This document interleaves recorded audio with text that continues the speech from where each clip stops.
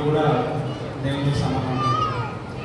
అలాగే చిన్నతనంలో ఏదైనా తప్పు చేస్తే దాన్ని సరిదిద్దడానికి రకరకాల మార్గాలు, అంటే కొట్టడం కావచ్చు, తిట్టడం కావచ్చు, మనం ఏది చేసినా కానీ అది మన మంచి కోసమే అని అప్పుడు తెలియదు. కాకపోతే ఒక వయసు వచ్చిన తర్వాత అది మనకు తెలిసి వస్తుంది ఆటోమేటిక్. సో అప్పుడు చిన్న చిన్న కోపాలు కావచ్చు, అది అది కామన్. సో తర్వాత తెలుసుకుంటే సో మనకు ఒక స్టెప్ ముందుకు వెళ్ళడానికి అవి యూజ్ అయితే తప్ప మన మీద కోపంతో కానీ ఏదైనా శత్రుత్వంతో మన చేసి ఉన్నారు. నాకు కూడా అదన్ సార్ దాని చిన్నప్పటి నుంచి కొంచెం అనుమానం ఉండేది. సార్ ఏంటంటే క్లాస్లో ఫస్ట్ అయితే మాత్రం మెచ్చుకునేవాడు. అక్కడ ర్యాంక్ కిందికి వచ్చినా కానీ లాస్ట్ ఇక్కడ ఏదో ఒకటి చేసేవాడు. అది బాగా అప్పుడు నాకు నేను కొంచెం కోపంగా ఉన్నాడు. సార్ నాకు బాగా గుర్తు, 8th క్లాస్లో నా స్కూల్ నుంచి వెళ్ళిపోయినప్పుడు ఆ సన్మాన సభలో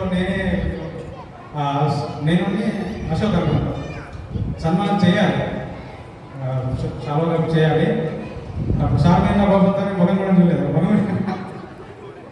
ముఖం కూడా చూడకుండా చాలా గొప్ప చక్కగా చేసినాను. ఇంటికి వెళ్ళి మా అమ్మ అడిగింది, ఏదైనా అమ్మాయి గొప్పేసి వచ్చిన సారు కనీసం సేకరణ చేయాలి కదా అంటే ఏం లేదన్నా మాకు 8th క్లాస్ ఉన్నప్పుడు ప్రార్థన ప్రేయర్లో తిట్టినాను, అదే చెప్పినాను. సో అవన్నీ ఇప్పుడు నేను వేసుకుంటే మనకు ఒక జ్ఞాపకాలు ఉంటాయి. సో సార్ చేసిన కార్యక్రమాలు కావచ్చు, లైక్ క్విజ్ ప్రోగ్రామ్ కావచ్చు. అప్పుడు మాకు బోర్డు మీద ఒక 3 జీకే క్వశ్చన్ రాసినారు. సో అప్పుడు ఏం లేదు కదా, అప్పుడు అవే ఇప్పుడు మన గ్రూప్స్ కావచ్చు, సివిల్స్ కావచ్చు, ఇప్పుడు అవే బేసిక్స్ అన్నారు. కాకపోతే మనకు అంత అప్పుడు నాలెడ్జ్ లేదు అప్పుడు.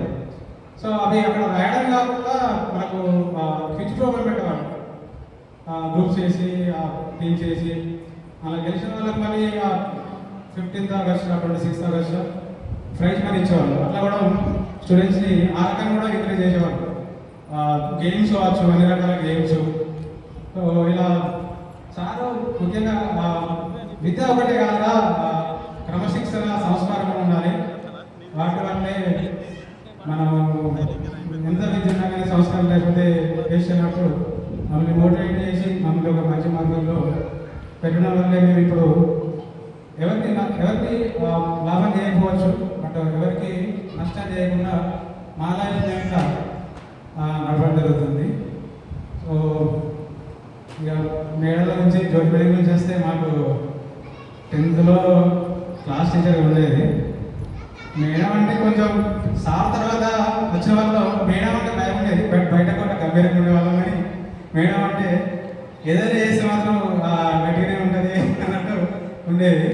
బట్ మేడం కొంతవరకు ప్రయత్నించింది క్రమశిక్షణ ఉంచాలని, బట్ ఎంతవరకు సక్సెస్ అయిపోయిందో అప్పటికి అంతా తెలియకపోవచ్చు. కృష్ణకుమార్ మేడం గురించి అయితే మాకు సబ్జెక్ట్ చెప్పలేదు, బట్ ఒకప్పుడు మా టీచర్ క్లాస్ అయితే మా నేబర్ అయిపోయింది. అప్పుడు చెప్పింది కాబట్టి మాకు రోజు కలుస్తుంటుంది. మేము కూడా వాళ్ళ ఫంక్షన్స్కి వెళ్తుంటాం, మా ఫంక్షన్ కూడా దగ్గర వస్తుంటాం ఫ్యామిలీ పరంగా. ఇంకోటి స్వామి గురించి